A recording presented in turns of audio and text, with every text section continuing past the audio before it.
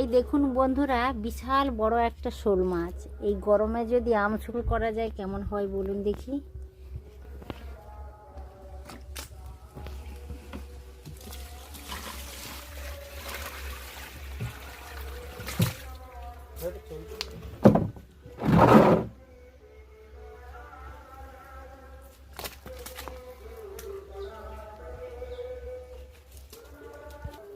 অল্প ছাই নিয়েছি, মাছটা কেটে নেব। কোথায় যাচ্ছ? এদিকে এসো।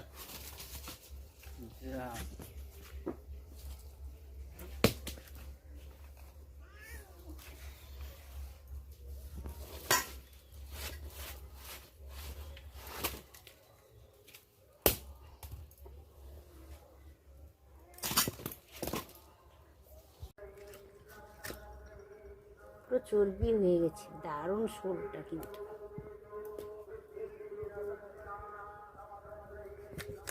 শোল মাছের পিসগুলো একটু পাতলা পাতলা করতে হয় বন্ধুরা, করলেই বেশি ভালো লাগে খেতে।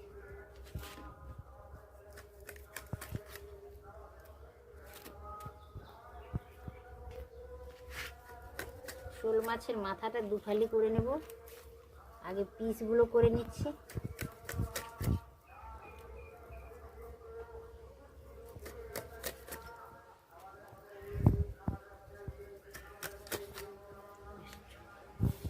নমস্কার বন্ধুরা, গঙ্গাসাগরের বনেদি রান্না ও পরিবেশ ইউটিউব চ্যানেলে সবাইকে একটি নতুন ভিডিও দেখার জন্য আমন্ত্রণ জানানো।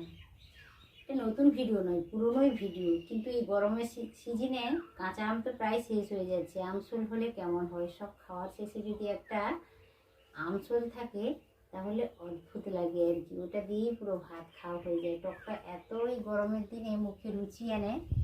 তো দেখুন, বড় সাইজের একটা শোল মাছ আমি কেটে এনেছি। এটা অবশ্য আমাদের পুকুরেরই শোল মাছ, তো ধরে রাখা হয়েছিল, তারপর আমি রান্নাটা করছি।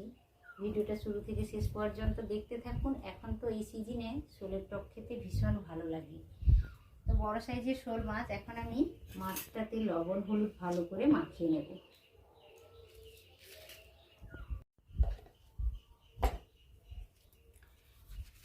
যে কোনো মাছের রেসিপিতে একটু আগে থেকে যদি লবণ হলুদটা ভালো করে ঘষে ঘষে মাখিয়ে নেওয়া যায় বেশ ভালো হয়। লবণটা ভিতরে ঢুকে যায়, মাছটা খেতে বেশ ভালো লাগে।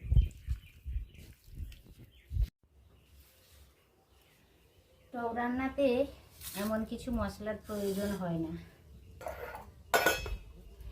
এই দেখুন, আমি কালো সর্ষে, 1 চিমটে লবণ আর 1 চিমটে হলুদ আর একটা কাঁচা লঙ্কা দিয়ে বেটে এনে রেখেছি। আমি শুধু কালো সর্ষেই বেটে এনে রেখেছি। আপনারা চাইলে 2 ধরনের সর্ষে, সাদা সর্ষে কালো সর্ষে একসাথেই বেটে আনতে পারেন, কিংবা শুধুই সাদা সর্ষে বেটে আনতে পারেন, তাতে কোনো অসুবিধা হবে না। আপনাদের কাছে যেই সর্ষেটা থাকবে ওটাই বেটে নেবেন। টকে একটু সর্ষে বাটা দিলে খেতে দারুণ লাগে। আর এই দেখুন, আমার বাগানের আম কিন্তু সব পেকে যাচ্ছে। এই দেখুন, এখন কাঁচা আমের অভাব হয়ে যাচ্ছে, আম সব পেকে যাচ্ছে। এখান থেকে আমি কয়েকটা নিয়েছি, গাছ থেকে তুলে এনেছি। এই যে দেখুন, পাকতেই শুরু করেছে। এটা অবশ্য টক আম। আমাদের বাড়িতে বেশ অনেকগুলো আম গাছ রয়েছে, তো টক আমও রয়েছে আর মিষ্টি আমও রয়েছে। মোটামুটি রেডি হয়ে গেছে। আমটাও আমি কেটে নিলাম, আর উনানে কড়াই বসিয়ে দিয়ে জ্বালানি লাগিয়ে দিয়েছি। কড়াইটা বেশ গরমও হয়ে গেছে।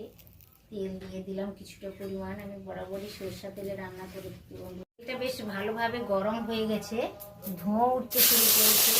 এই দ্বারা ভালোভাবে বোঝা যাচ্ছে যে তেলটা ভালোভাবে গরম হয়ে গেছে। মাছগুলো তুলে দিচ্ছি ভেজে নেওয়ার জন্য।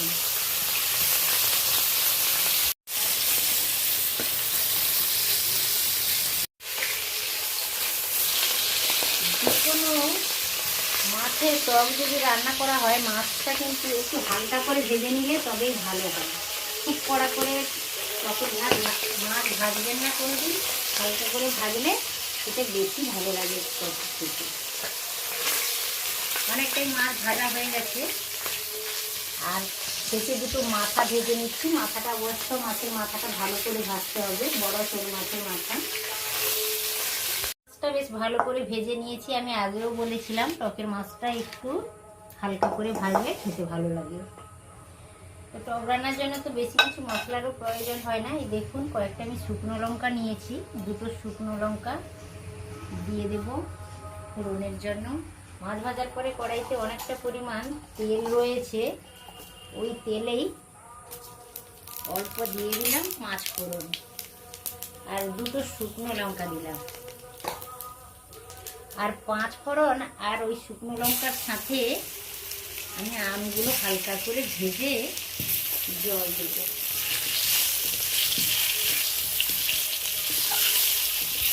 আমটা বেশ ভালো করে ভেজে নিলাম, একটা দারুণ সুন্দর গন্ধও আসছে।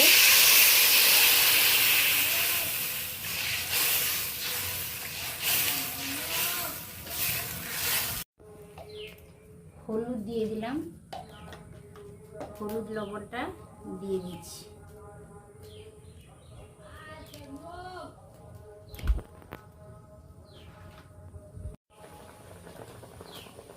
ভেজে রাখা মাছগুলো সব দিয়ে দিচ্ছি বন্ধুরা।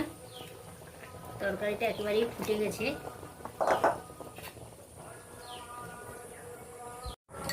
কিছুটা পরিমাণ কালো সর্ষে, একটু লবণ, একটু হলুদ আর একটা কাঁচা লঙ্কা দিয়ে যাতে তেতো স্বাদটা না সে বেটে রেখেছিলাম দিয়ে দিলাম।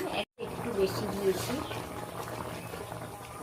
আমার চ্যানেলে বন্ধুরা শোলের রেসিপি আরও অনেক রয়েছে, শোলের কালিয়া, তেলে ঝাল রয়েছে, আপনারা চাইলে ওখান থেকেও দেখে নিতে পারেন। টকটা অনেকটাই হয়ে গেছে দেখুন বন্ধুরা, আমটাও একেবারে ভালোভাবে সিদ্ধ হয়ে গেছে। যাতে ভালোভাবে টক হয়ে যায়, মাছের ভেতরে যাতে টকটা ঢুকে যায়, ওই জন্য একটা কি 2টো আম আমি বলে দিলাম। এটা টক আমই, আমাদের বাড়ির গাছের আম। কয়েকটা কাঁচা লঙ্কা দিয়ে দিলাম, কাঁচা লঙ্কার ফ্লেভারটা বেশ দারুণ আসে টকে, আর কাঁচা লঙ্কা মাখিয়েও খেতে ভালো লাগে। টকটা প্রায় কমপ্লিট হয়ে গেছে, দেখে নিশ্চয়ই আপনারা বুঝতে পারছেন। এইভাবে যদি খাওয়ার শেষে একটা শোল মাছের আমসুল থাকে, টক থাকে, তাহলে পুরো জমে যায়।